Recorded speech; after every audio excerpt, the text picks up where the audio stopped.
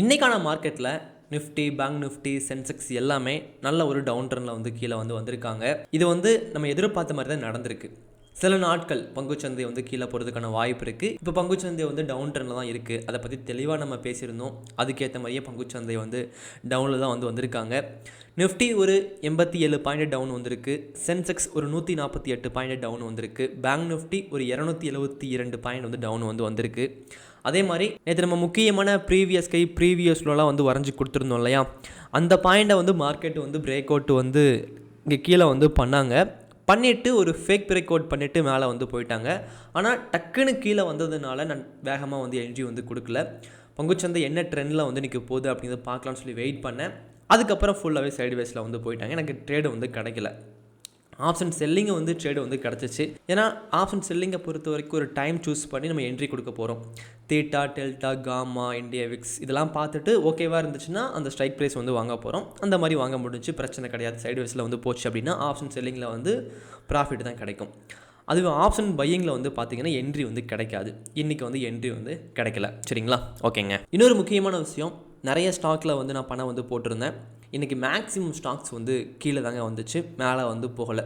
1-2 stock மட்டும்தான் மேலே போச்சு தவிர இன்றைக்கி மேக்ஸிமம் ஸ்டாக்ஸ் கீழே தான் வந்திருக்கு. பயப்படாதீங்க, பங்குச்சந்தை அப்படின்னாலே கீழே வர்றது மேலே போகிறது எல்லாமே நடக்க தான் செய்யும். இன்றைக்கி கீழே வந்திருக்குது. அதான் ஒரு வாய்ப்பாக தான் நான் பார்ப்பேனே தவிர ஐயோ பங்குச்சந்தை கீழே போதே, ஸ்டாக்லாம் லாஸ்ட்டில் போதே, இந்த மாதிரி பார்க்காதீங்க. நான் நேற்றுக்கு முன்னாடி நாள் போட்ட வீடியோ பாருங்கள், அதில் தெளிவாக இதை பற்றி சொல்லி கொடுத்துருப்பேன். சரி, ஓகேங்க. இப்போ நாளைக்கான மார்க்கெட் பற்றி நம்ம தெளிவாக பேசலாம். இப்போ நம்ம ஒன் டே டைம் ஃப்ரேமில் பார்க்குறோம் அப்படின்னா நம்ம இங்கேருந்தே ஒரு பேட்டர்னை ஃபாலோ பண்ணிக்கிட்டு இருந்தோங்க. போன மந்த்லேருந்தே பார்க்குறீங்க அப்படின்னா ஒரு பேட்டர்னை ஃபாலோ பண்ணி அதை பிரேக் அவுட் பண்ணும்போதுலேருந்து, அதாவது பிரேக் அவுட் பண்ணும்போதுலேருந்து இல்லை, இங்கேருந்து மேலே வரும்போதே ஃபாலோ பண்ணி பிரேக் அவுட் பண்ணுறாங்க. பிரேக் அவுட் பண்ணதுக்கப்புறம் ஆல் டைம் ஹை வரைக்கும் வருவாங்க. இந்த மாதிரிலாம் எதிர்பார்த்து வெயிட் பண்ணோம். ஆனால் ஒன்று என்னென்னா, பங்குச்சந்தை இந்த ட்ரெண்ட் லைனையும் ரெஸ்பெக்ட் பண்ணல. அதுக்கப்புறம் இந்த ட்ரெண்ட் லைனை பிரேக் அவுட் பண்ணிவிட்டும் ரெஸ்பெக்ட் பண்ணல. சும்மா அப்படியே மேலே போய்கிட்டே இருந்தாங்க. எனக்கு தெரிஞ்சு போச்சு, ஓகே ஆல் டைம் ஹை வரைக்கும் தான் டார்கெட், அதுக்கு மேலே அப்படியே போகிறதுக்கான வாய்ப்பு இல்லை. அதுக்கப்புறம் ரீட்ரெஸ்மெண்ட் எடுப்பாங்க. ஒரு சின்ன டவுன் ட்ரெண்ட் இருக்கும். அதை நான் எதிர்பார்த்தேன். அப்படி ஒரு டவுன் ட்ரெண்டில் தான் பங்குச்சந்தை கீழே வந்துக்கிட்டு இருக்குங்க. எல்லாரும் சொல்கிற மாதிரி நான் சொல்ல விரும்பலை, பங்குச்சந்தையே அதில் பாதாளத்துக்கு போயிடும் அப்படிலாம் இல்லை. இங்கே மந்த்லி டைம் ஃப்ரேம் பார்க்குறீங்கன்னா தெரிஞ்சிருக்கும். பங்குச்சந்தை இது வரைக்கும் அதிகமாக டவுன் ட்ரெண்டு போனது கோவிட் டைமில் 3 மாதத்தில் பயங்கரமாக இறங்கினாங்க. ரொம்ப அதிகமான புள்ளி இறங்குச்சு. அதுக்கு முன்னாடி பார்க்குறீங்கன்னா இங்கே ஒரு சின்ன டவுன் ட்ரெண்ட், அதே மாதிரி இங்கே ஒரு சின்ன டவுன் ட்ரெண்ட். அதிகபட்சம் போனதே ஒரு வருஷம் தான் டவுன் ட்ரெண்டில் போவாங்களே தவிர அதிகமாக டவுன் ட்ரெண்டில் போக மாட்டாங்க. இப்போ இங்கே ஒரு 5 மாதம் நல்லபடியாக, அதாவது கோவிட் டைமில் எந்த அளவுக்கு டவுன் போனாங்களோ அதே அளவுக்கு டவுன் ட்ரெண்ட் ஒரு 5 மாதம் போயிட்டாங்க. திரும்ப ரெக்கவரி பண்ணாங்க, திரும்ப சைடுவேஸில் இருந்திருக்காங்க. ஸோ அதிகமாக பங்குச்சந்தை சைடுவேஸ்லேயே டவுன் ட்ரெண்ட்லேயே இருக்க மாட்டாங்க. ஓகே, இதுதான் பங்குச்சந்தை இப்போதைக்கு இருக்குது. ஓகே, பார்க்கலாங்க.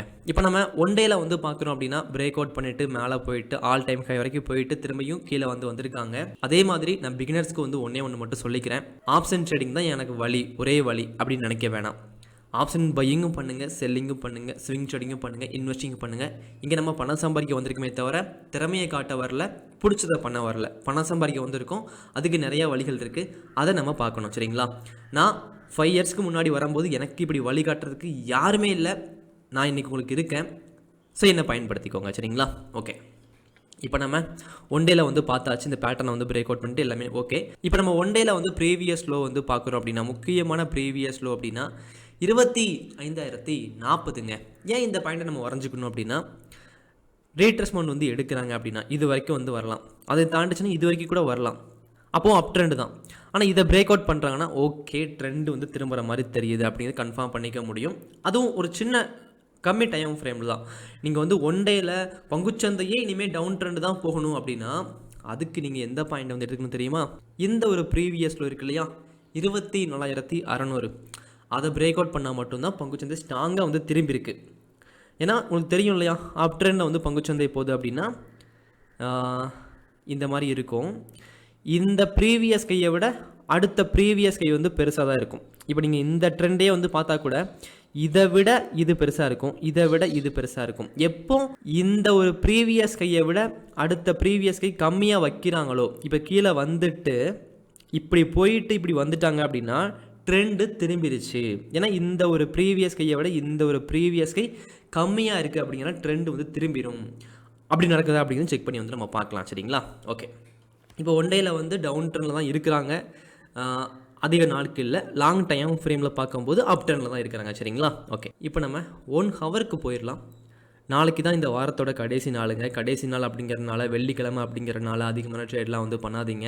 ஏன்னா பிகினருக்கு வந்து ஃப்ரைடே அப்படிங்கிறது வந்து பங்குச்சந்தையே கையை விட்டு போகிற மாதிரி நினைப்பாங்க. நான் திங்கள் செவ்வாயில் லாஸ் பண்ணிவிட்டேன், அந்த லாஸை வந்து எப்படியாச்சும் ரெக்கவரி பண்ணணும்னு நினச்சி ட்ரேடு வந்து அதிகமாக பண்ணிக்கிட்டே இருப்பாங்க.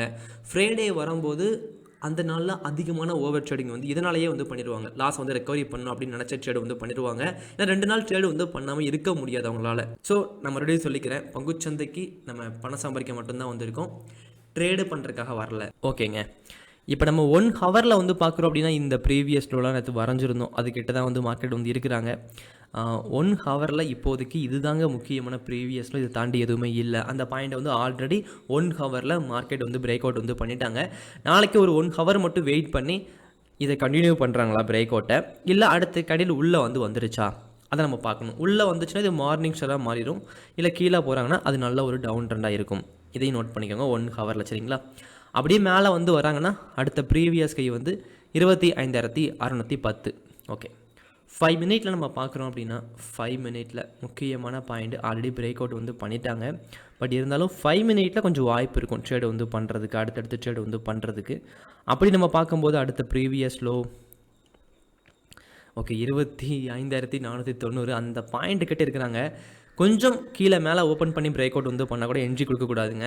கொஞ்சம் வெயிட் பண்ணுங்கள். ஒன்று மார்க்கெட் இந்த 2 லைனுக்குள்ளே ஓப்பன் பண்ணிவிட்டு கொஞ்சம் நேரம் உள்ளே இருந்துட்டு மேலேயே கீழே பிரேக் அவுட் பண்ணால் மட்டும் நம்ம போகலாம். ஏன்னா ஆப்ஷன் செல்லர்ஸ் வந்து இங்கே தான் சிஇ அண்டு பியில் வந்து செல் வந்து பண்ணுவாங்க. அதுக்கேற்ற மாதிரி தான் நம்ம வந்து ட்ரேடு வந்து பண்ணணுங்க. புரியுதுங்களா? ஓகே. ஸோ முக்கியமான ப்ரீவியஸ் கை 25,610, முக்கியமான ப்ரீவியஸில் 25,490ங்க. சென்செக்ஸில் 1 ஹவரில் நம்ம பார்க்குறோம் அப்படின்னா முக்கியமான ப்ரீவியஸ் கை ஓகே இங்கே இருக்கிறாங்க. ப்ரீவியஸ் கையை பொறுத்த வரைக்கும் இந்த இடத்துல பிரச்சனை கிடையாது. Previous low already break out வந்து பண்ணியிருக்காங்க அப்படிங்கிறனால கொஞ்சம் நம்ம வெயிட் பண்ணி தான் இந்த இடத்துல வந்து ட்ரேட் வந்து பண்ணுற மாதிரி இருக்கும். ஆல்ரெடி 1 ஹவரில் வந்து பிரேக் அவுட் வந்து பண்ணிட்டாங்க.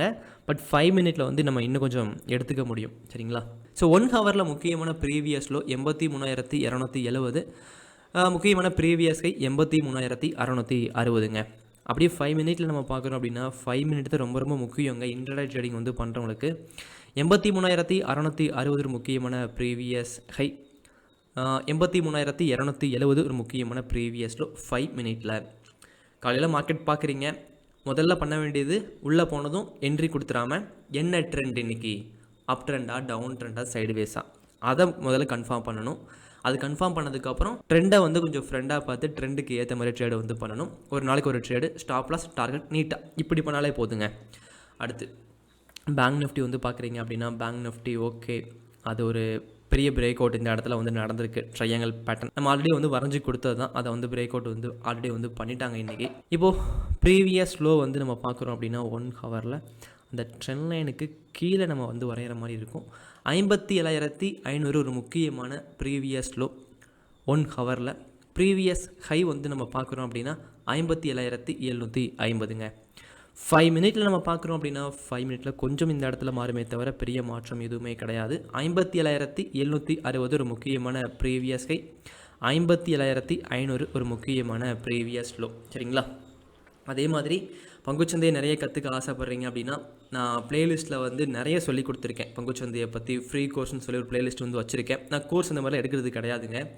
அதை நீங்கள் பார்த்தாலே போதும், நிறைய விஷயங்கள் கற்றுக்க முடியும். இல்லை ப்ரோ எனக்கு வந்து ஸ்டெப்பு 1லேருந்து எனக்கு அடிப்படையே தெரியாது, அடிப்படையிலேருந்து அட்வான்ஸ் வரைக்கும் நான் எல்லாமே கற்றுக்க ஆசைப்பட்றேன்னா மட்டும் நான் எழுதின பங்குச்சந்தையை பற்றி எழுதின ஒரு 3 புத்தகம் வாங்கி படித்து பாருங்கள். படித்த எல்லாருமே நல்ல ரேட்டிங் தான் கொடுக்குறாங்க. அது யூஸ்ஃபுல்லாக தான் இருக்கும். எனக்கு தெரிஞ்சது கற்றுக்கிட்டது எல்லாத்தையும் பற்றியுமே நான் எழுதியிருப்பேன். பங்குச்சந்தையை பற்றி எஸ்ஏப்லேருந்து ஸ்விங் ட்ரேடிங்லேருந்து இன்ட்ராடே ட்ரேடிங்லேருந்து ஸ்ட்ராட்டஜி சொல்லி கொடுத்துருப்பேன்.